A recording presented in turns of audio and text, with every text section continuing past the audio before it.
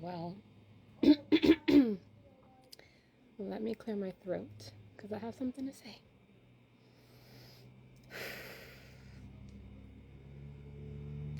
So, if you guys have been following me for a long time, following my journey, you guys know I've been through some shit.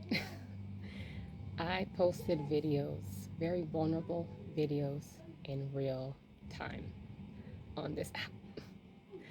A lot of people may have found it entertaining, thought it was a comedy, but that was my real life. And now I'm going to tell you my Sophia story. This is probably going to be a few videos long, so hopefully you have the patience to hear the story.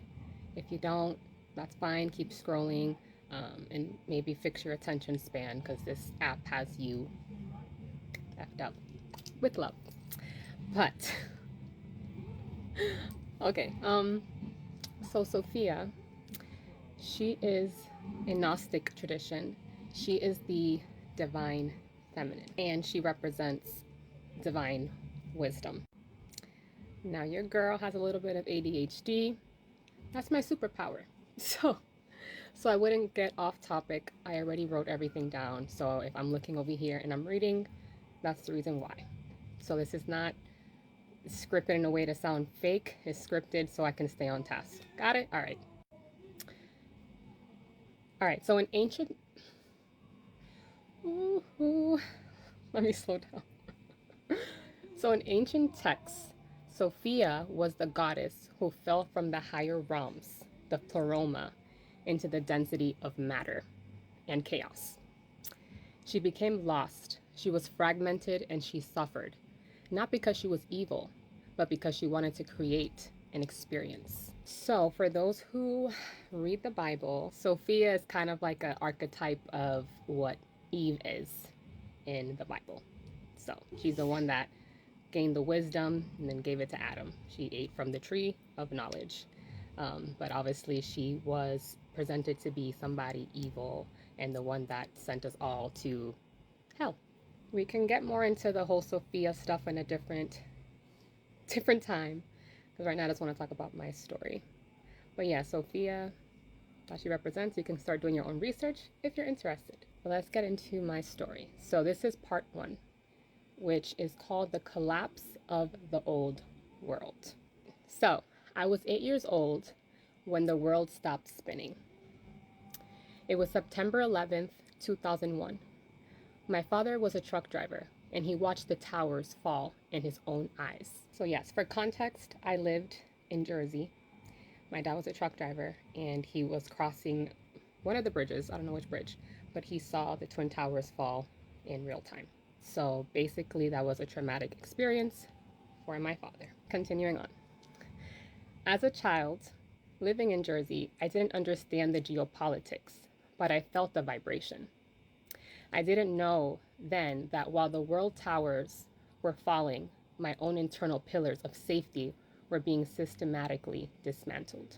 Spiritually, I was entering the age of reason. In 2001, I was 8 years old in the 3rd grade. If you want to kind of use numerology and add that stuff up, just sorry, getting ADHD. All right, so spiritually, I was entering the age of reason just as the collective went into a state of permanent fear. This was my first introduction to the hidden agenda, the realization that the world wasn't what the adults said it was. So that's part 1. Now we're going to get into part 2, which is the haunted hallway and the architecture of silence. So if you want to watch that video, stay tuned. Getting interrupted, so like the enemy does not want me to speak this truth, but you're not gonna stop me. So this is part 2 to my Sophia story, the alchemy of Sophia, from the falling towers to the divine hive. If you have not watched part 1, I suggest you go watch that first. Part 1 was called The Collapse of the Old World. Now we are moving on to part 2, and this is the haunted hallway and the architecture of silence. So at this point in time, I was living in Bricktown, New Jersey, and the house was very haunted. It carried some negative energy. I felt it. I seen things, and that is where my trauma happened. This is where I was abused as a child. If you want to know about that story, I suggest you go watching my original videos that I posted. I want to say 2 years ago or so. Yeah, go watch that first. So anyway, so this is where I experienced my trauma, and I don't ever remember seeing the Hat Man or any shadow figure when I was a kid. At least I don't remember, but I do know that around 7, 8, I think that is when children start seeing those type of things. So with um, with the 9/11 trauma, everybody's living in fear. I don't know what happened. If my dad just was not himself. so so my understanding is that demons, um, obviously they're not of God. We create demons by our low vibrational energies and our fears. They manifest into like a shadow figure, negative energy. So that is what follows us our whole life. This shadow trauma thing that's just haunting you until you finally decide to face it. So anyways, so I guess my dad, he was not doing good mentally.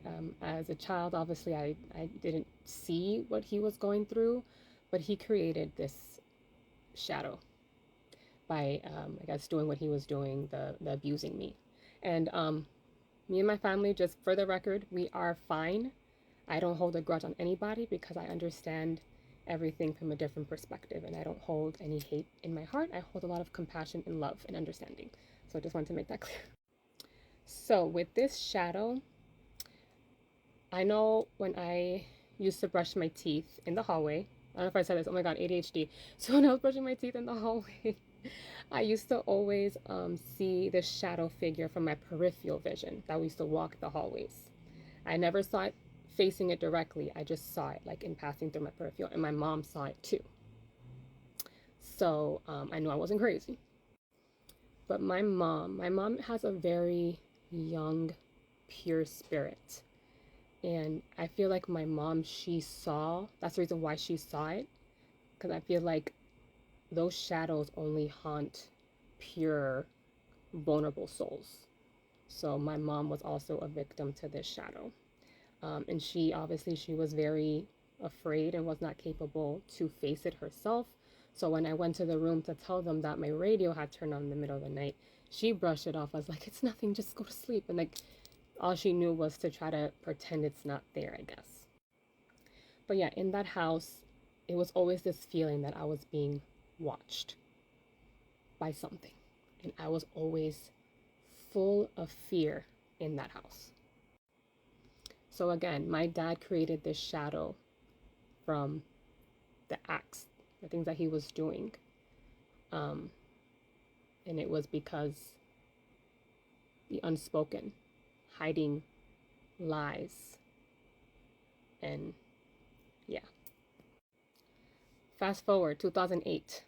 We had that global economy crash. We knew it happened, but we didn't really understand it because we were too young to understand. So 2008, as the global economy collapsed, my private world imploded. I finally told my mother the truth, that my father had been abusing me. But in a house crowded with extended family, my truth was a toxic asset. It was swept under the rug to protect the facade of the family unit. I was shamed for my sexuality, kept on lockdown, and told my dreams were worthless. I was a bird in a cage, watching my creative light grow dim. At this point in my life, I was in a different house. We had moved down to Florida. Hold on. Obviously, I knew that the adults were going through stuff because my aunt and my uncle and my cousins, they had moved into our two-story house at the time, so we can kind of help each other out during this economy crisis. I was in high school and I was starting to explore my sexuality as teens naturally do. Me and my best friend, we had this little journal that we used to just write back and forth to each other, our little secrets and adventures and all of these things. And that book got confiscated.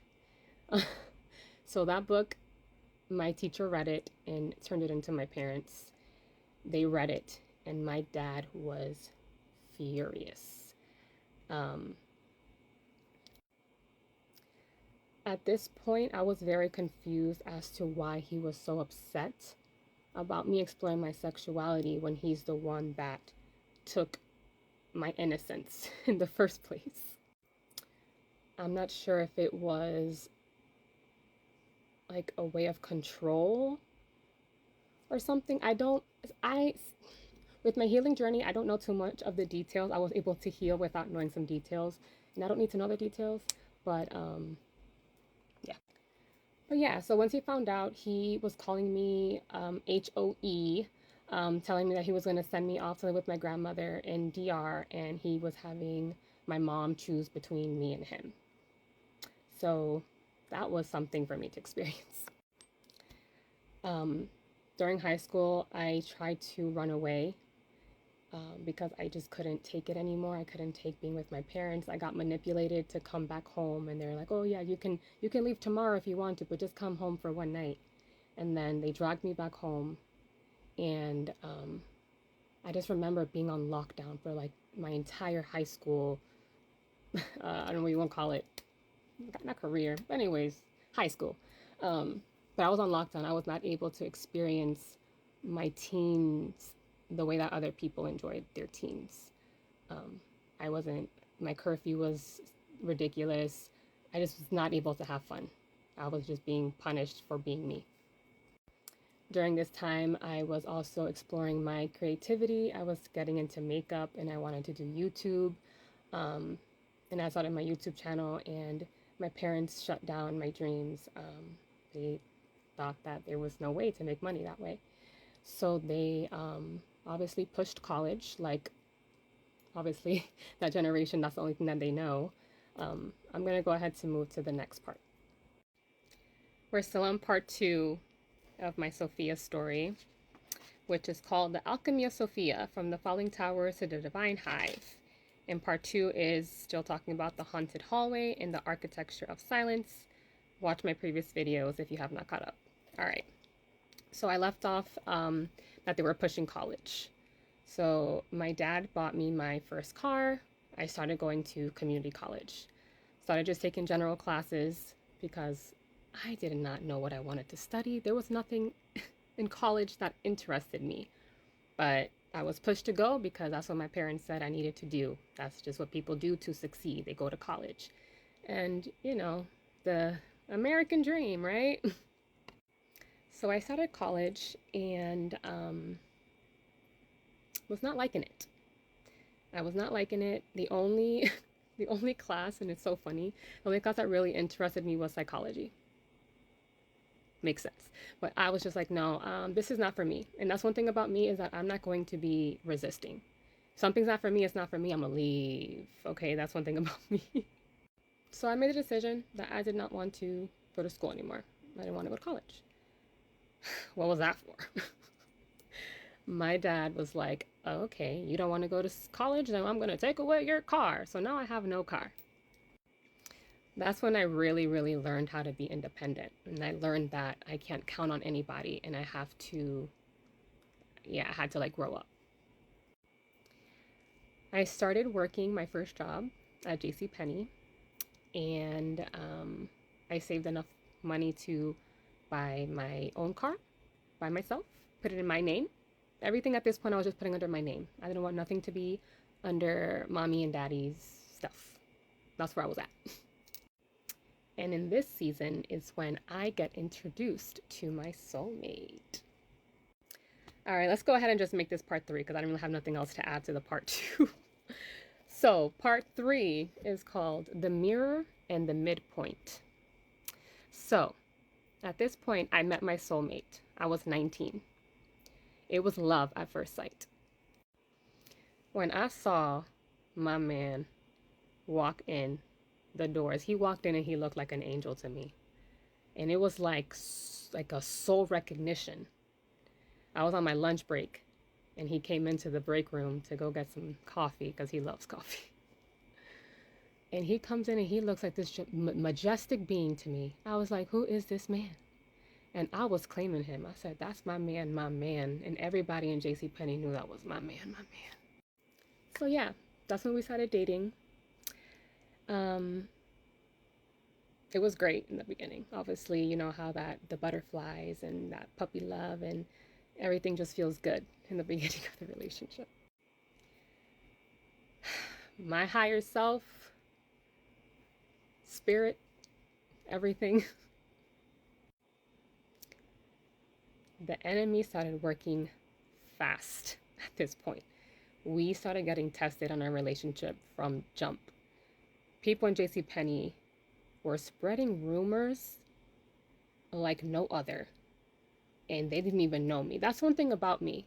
I've always been very misunderstood. A lot of people always labeled me as a hoe and all of these not so nice things, and they didn't even know me, not really know me. So yeah, that's what happened there. JCPenney just felt like high school all over again. Everybody was spreading rumors. I was a hoe. Mara was sleeping around with other girls, and people just trying to break us apart, baby. So even though I was in love with this man, I was carrying archontic baggage from my fear-based conditioning, and I didn't even know I had it.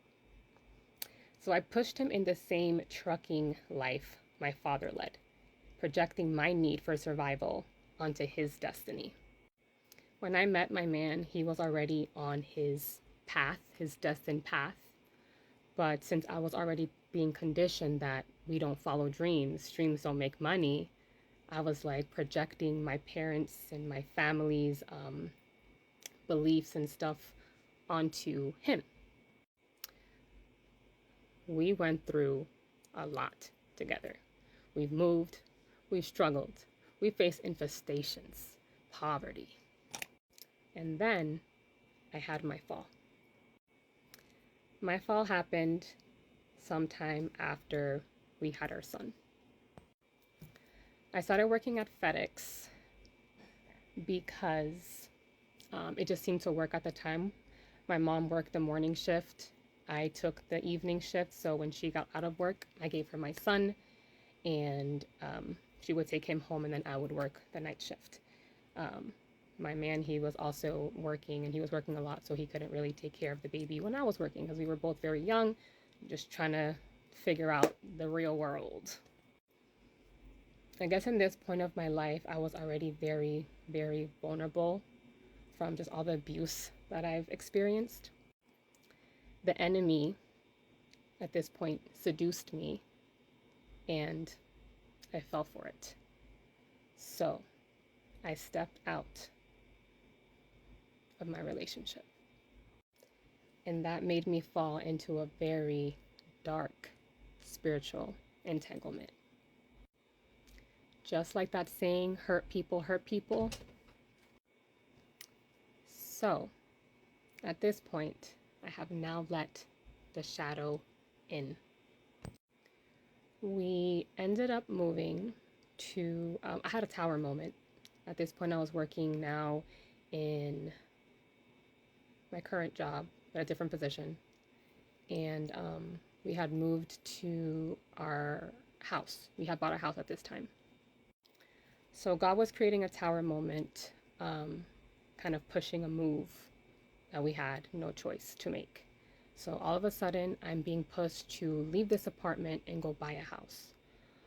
I was faced with some challenges. The market didn't have really what I was looking for within the right budget, my budget. And I had asked my parents for help if we were able to just stay with them for a little while. while we found the right house for us. And we were kind of just at the point already where we already submitted our notice to the leasing office, letting them know that we were leaving, and time was like of the essence. We had to find a place. So my parents said that we could not stay with them for whatever reason. So I was left with little to no options for a house. So I ended up settling for what I could settle. Yeah, I'm settling for what I was able to settle for. Oh my God. Guys, this is why I write my notes, because sometimes what I be saying sounds jumbled. So now we moved into this house that the flipper sure did a good job at covering up the boo-boos of the house. They made it look real pretty, and I was like, "Ooh, this house looks nice." And then I moved in, and then I realized all the effed up stuff that was wrong with the house. But it was a very undesirable house in a very undesirable area, and I was in a very bad place mentally. All right, so now we're gonna move into the next part. All right, I think we're at part 4 of my Sophia story. Trying to keep up. So part 4. So kind of finishing up a little bit of what I was saying before. All right, so I had to gather my thoughts and figure out where I left off. So yeah, I was pretty much going through my dark night of the soul during this time. I was down, spiraling like you don't even know. I literally felt like I was getting possessed during this time. I had I had hit rock bottom, and I was a fragmented soul, a fallen Sophia, lost in the destiny of my own guilt and trauma. During this time, I was taking edibles to try to calm my stress, but the thing with these medicines, they're meant to bring out the nasty stuff. So when I took a nibble, it was like a corner of this little Dorito infused thing, and that sent me to the psych ward for 3 days. That shadow was coming for me. So with me still processing, because at this point my childhood trauma was like surfacing again, because in my original story I had mentioned that I had brought up my trauma for the first time, or did I just say it recently too? But my trauma, I brought it up for the first time when I was in high school, and that was the first time that my truth was swept under the rug. So fast forward to this house, this was where my trauma was surfacing again. And I had to speak my truth again because I couldn't take it anymore. And then obviously dealing with what I had done, it was like eating me inside. This is when I did the no contact with everyone.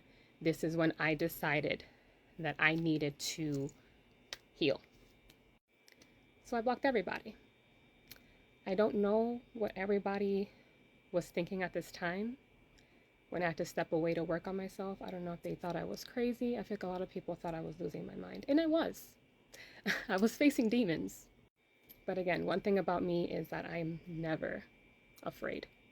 And I gotta do what I gotta do for myself. I always choose me first at the end of the day. And my loved ones. I don't play about my loved ones. So once I initiated this no contact, that is when my higher self was like, all right, now we have to hide her. We have to move her out of this house where everybody knows where she lives. And we got to move her somewhere where she can heal. So I had another tower moment that caused me to leave that living situation and put me in the house that I am now. And this is my little, I call this my little hermit house. It's literally, that's how it feels like, because it's a house. It's like ducked off in the corner where you can't see it. It's hidden by the trees and like far away from people. So this is where I came to do my healing journey, and this is where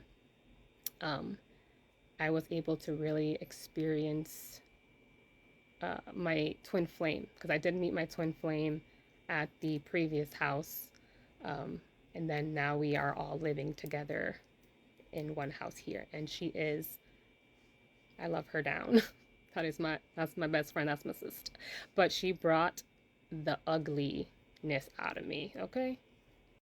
Twin flames, that is their purpose. Their purpose is to be mirrors, to show the ugly parts of yourself so you can face them and heal them. And boy, did did she do that. But obviously, like, not on purpose. But yeah, so the first year here, it was like really tough for me because I was still in my very wounded um, mind state. And just like I have always done my whole life, I was codependent on her. I have always been codependent on someone and always trying to overgive and trying to win love. That was something that I've always struggled with. So now this is moving on to the next part, which is called the medicine and the revelation. Um, we had a trip. We went to Miami. I don't know what it was for, but we went to Miami. And I think this is fast. The dates here are a little fuzzy. I want to say I was still at the last house when we had this Miami trip. So we went to Miami to the beach, and I had my first magical mushroom experience. And it was a beautiful, beautiful experience. So this is what I wrote. Then the earth offered me a key. Because for those who fear magical mushrooms and all of these other things that they tried to say are bad, they're medicine. They are God-given medicine to reveal the truth to you. For the first time since I was 8, I felt nostalgic. I felt the colorful, bright joy of the version of me that existed before the towers fell. On my second trip, the veil was ripped away. God didn't show up as a man with a list of rules. God showed up as the truth. I discovered a massive beehive, the symbol of the Great Mother and divine order. The medicine showed me that the Sky Daddy religion of fear was a lie designed to hide the divine feminine. It showed me that the Ankh, the symbol of life, had been mutilated into a cross of sacrifice to remove the womb of creation. I realized that I am God and the devil. The devil was just my unhealed trauma, and God was the light within me, waiting for me to reclaim my throne. So I ended up having my second beach shroomy experience, and this is when I had my spiritual awakening. And those were more of the recent videos that you have been seeing of me having all these like ha ha ha moments and kind of losing myself because I was just like oh, I'm waking up to the truth. So that was also kind of a tower moment because I'm just realizing all the lies we've been fed. All right, let me get to the next part now. All right, this is part 5 of my Sophia story, The Alchemy of Sophia, from the Falling Towers to the Divine Hive. We left off that I had another beach shroomy trip, and it was a beautiful experience. My higher self revealed the truth to me. So during this trip, we were going to go to a very familiar beach. I told my boyfriend, I'm like, yeah, we're going to this beach, put in the GPS. The GPS took us to another beach. And I don't know how the heck we got there, but we did. And this man, he was so nice. I think about him all the time. But he saw that we were like struggling to find parking because we were lost. We were not where we were supposed to go. We were asking if like the parking spaces there, if those were private or if they were public. And he was just like, oh yeah, like they're public. He said, you can park on my grass for $5. And we're just like, heck yeah. And he was just so kind to just let us park there. And it's like $5, why not? But he was the sweetest man. So we go to the beach and we have our experience. When we leave, um, we come across this huge beehive. I'll have to show you the video. I think my boyfriend has it on his camera roll. But we saw beehive. And yeah, the beehive stands for, represents divine order and the Great Mother. So it's a beautiful symbol. Um, and yeah, it was just a mystical thing. Like you don't see that. Like you see obviously little hives that wasps build on our houses, but you don't see beehives, and especially the one that we saw. But anyway, so this leads to our next part, which is called the purge and the homecoming. So the truth led to a purge. I confessed, I repented, and not to a priest, but to my own soul and to my loved one. So this happened literally right before Christmas. Me and my soulmate, we had to kind of separate for a little while. I guess to do some soul searching. And during this very difficult, long week, at first I was doing everything that I had to do. I don't know if you saw those videos. I was doing yoga, I was zenned out, and I was doing a lot of heart chakra opening stuff.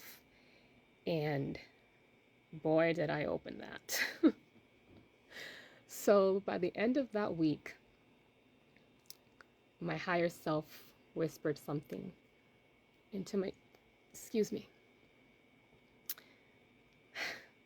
my higher self sprinkled something into my, planted a seed in my head. And I did a reading, and the reading was like, I knew what it meant. I knew what the reading meant, and I had to make the decision to follow through with the message, or if I was going to keep sweeping my lie under the rug and pretend. I was tired of pretending. So I said, I'm going to do the hard thing, regardless of what it cost me, because my loved one doesn't deserve this. And I should have never done that in the first place. I had to face myself. I had to face all of the bad things about myself. The way I've been a bad friend, I've been a bad partner. But it all came from a wounded self, so I had to give myself grace. So it comes to the point where we had to reunite after not being together for a week. And when you're soulmates, when you're gone for a week, it literally feels like months, because that's your person, that's your other half. So he comes home and I'm so happy to see him. I hug him. I lay my head on his chest and I feel at home. But I knew what was about to happen. I'm telling you, I've always been a fearless warrior. Just like my girl Maya Papaya, she is an emotional gangster. That's what I am. So I built the courage to speak my truth to my soulmate, knowing I know I was about to crush his soul. But I believe in God. I believe in my higher self. And I know she is guiding me to where I need to go. And I know she's not going to lead me somewhere that is not meant for me. So I confessed and put my trust in the Most High. Obviously, that truth coming out was not easy to hear. This was this was the final test of our relationship. We've been getting tested our whole relationship. We've been together for 13 years. We've been tested left and right, and I was like, this is it. It's either you're going to be our happily ever after, or it's not. And I'm like, this is going to be our happily ever after. So I decided to let go and let God. I'm not gonna lie, my ego has gotten in the way a little bit. The thing with the ego, when they say ego death, the ego doesn't go away, but it's no longer, you're no longer possessed by it. You acknowledge it, acknowledge that you created this from a wounded place. But the ego is also very important, so you don't want to get rid of your ego. Anyway, so as I've always followed my intuition, because my intuition's strong and I always follow my intuition, my higher self woke me up at around 3 o'clock in the morning. And you know 3 o'clock in the morning, around that time is the witching hour and the veil is thin. My higher self said, it's time. Okay, let me go to the next part because I think it's going to be too much and I'm gonna lose you guys. Part 6 of my Sophia story, The Alchemy of Sophia, from the Falling Towers to the Divine Hive.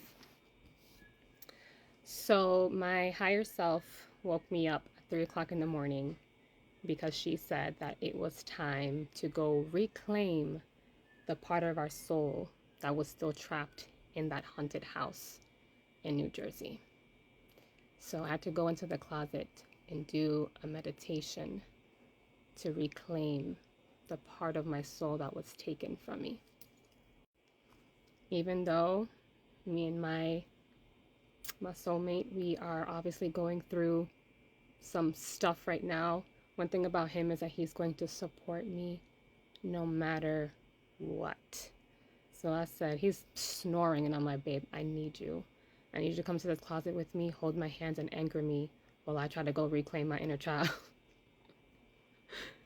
And that's how I know he's my soulmate, because he deals with my crazy. So I go into the closet and I do my ritual. And knowing, because I have this connection with my ancestors, my guides, the angels, my higher self, like these, that's my team. This is the team that has been there for me the whole time, and my soul family. They are the ones that have been with me this entire time. So knowing that I'm here doing the work here in the physical, my team was doing the work in the spiritual. I burned a pink candle to represent love and bringing my inner child back home. And after I was done with my ritual, it's a 7-day candle. After I was done with my ritual, I put it on this little mantle thing that I have, and I had let it burn. And you have to let it burn until the job's complete. And it didn't take no time for my team to bring that part of me back home. And there's so much to learn in this spirituality, but you can read your candle, and their candle gives you messages. So when I was interpreting my candle, I noticed that Archangel Michael had assisted me in bringing that part of me back home. Continuing on. So after I did that ritual, I had to do another beach trip. Not for another experience. It was more for closure. So I went to the beach, I took my son, and I took my bestie with me. And we just had a very relaxed beach day. It was just to kind of reflect on the year, everything that I have gone through, everything that I did, all my accomplishments, because one thing about me is I journal. I fill up journals, baby. I do the work. So I took my journal with me and was reading the pages and just being so proud of myself. I looked at my son. I feel like my inner child was in him. I looked at him and he was being so joyful and playful, the way children are supposed to be, just in his natural element. And I could cry right now. All right, I don't want to get emotional because I said I have to be strong for this. It's all good tears, though. It's all happy tears. So, my son had to step away because he had to use the bathroom. So I went with him, and we were just walking barefoot on the floor, and everything just felt. He's just like, this feels so nice just to walk barefoot. I'm like, that's good, baby. You're grounding. You're grounding to the earth. You're supposed to do that. And my son, like, he loves nature. He plays outside all the time. He said he's a nature kid. And I'm like, that's how you're supposed to be because you're connecting with Mother Earth. Earth is God. Everything is God. So when we were walking back from using the bathroom, we came across some feathers. And if you know about ancient Egyptian beliefs, I forgot what it's called, Kemetic spirituality. You guys have to bear with me because, like I said, I'm showing you my journey in real time, and I know that there's still so much for me to learn on my journey. But yes, Kemetic spirituality. That's what the what's it called, the 10 Commandments come from. The you shall not steal, shall not, that stuff. They all originate from Maat. I think that there's 42 like spiritual laws that you have to go by to reach sovereignty. So I was gifted the feather of Maat, and I'm laying there looking at the water, and I hear horns. And you know what that means? Judgment Day. So it's time for us to leave the beach, and I wanted to go see if the beehive was still there. So I go check it. It's still there. And it was so calming. And I feel like that was a sign. And then after that, I found a pink shelf. My gosh. I found a pink shell. And lately I've been obsessed with Disney movies because I see the hero's journey in all of them and all the princesses. And I'm just like, ah, like that's me. But like in Moana, you know how they show that pink shell? I found a pink shell. And I feel like that was the sign that I brought my inner child back home. That missing part of my soul is back home with me. And when I came back home, my candle stopped. It like how do you call it? Extinguished? Yeah, it stopped burning. And then the tip of the wick, it was white. That means like completion, purity. The work is done. I did what I had to do and I reclaimed myself. The thing that the leaders of this country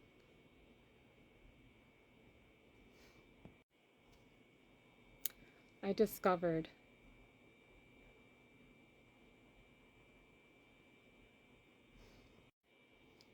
I finally had figured out what Jesus was trying to teach the entire time. Jesus was not brought down here to save you from your sins. He was here to give you the key, the manual on how to save yourself. No one is coming to save you, babe. No one. You have to save yourself. Stop wasting your precious life away in fear, waiting for the day that you move on and hopefully make it to heaven. Heaven is already within you. It is a state of being. The kingdom is within. All right, let's move to the next part. Part 7 of my Sophia story. From the falling towers to the divine hive. So, this part is called the Sovereign Sophia. Today, I am no longer in hermit mode. And I'm no longer posting for validation on here. I am now building from a place of gnosis.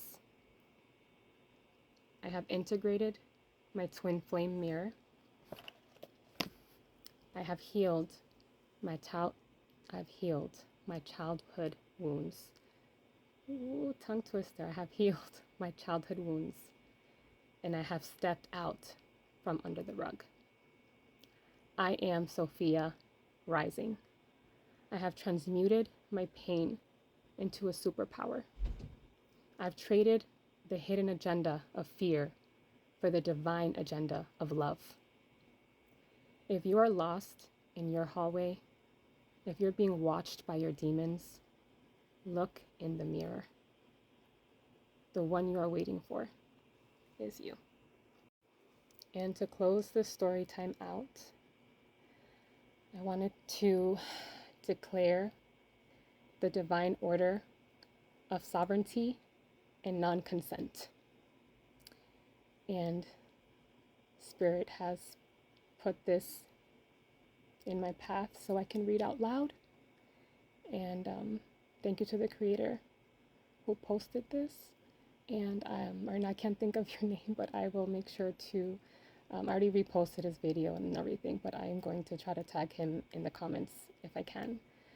But anyway, by the authority of the Most High, the creator of all that is and ever will be, I, Diosmary de Castro, am a sovereign soul under divine law.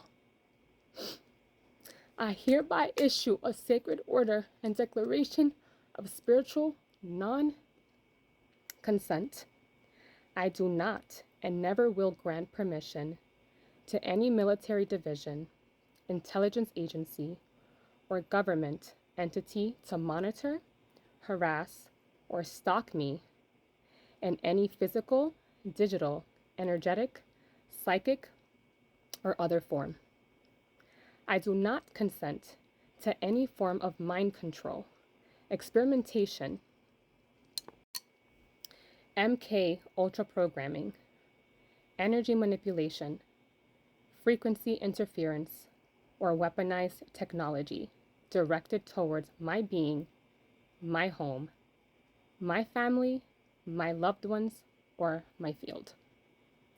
I command under the universal law of free will, divine justice, and call on truth, all forms of unauthorized surveillance, psychic intrusions, energetic vampirism on the soul level or physical level, and tampering cease immediately and permanently. No entity, human or non-human, visible or invisible, known or unknown, seen or unseen, has authority over my mind, body, soul, or spirit. My energetic field is sealed in the pure white light of the Most High, the Creator. My boundaries are reinforced with the golden light vibrating at the highest frequencies of divine love and truth. I stand protected, guided, and empowered by the heavenly hosts, my divine ancestors of light in the cosmic council of divine order. Any attempt to violate this decree shall be nullified by the power of the Almighty Source. I am free. I am sovereign. I am untouchable in truth. So let it be written. So let it be done by divine and eternal light. Love always wins. I do not authorize anyone or anything to spiritually, mentally, physically, etherically invade my space by privacy, consciously or subconsciously. So it is done, it is done, it is done.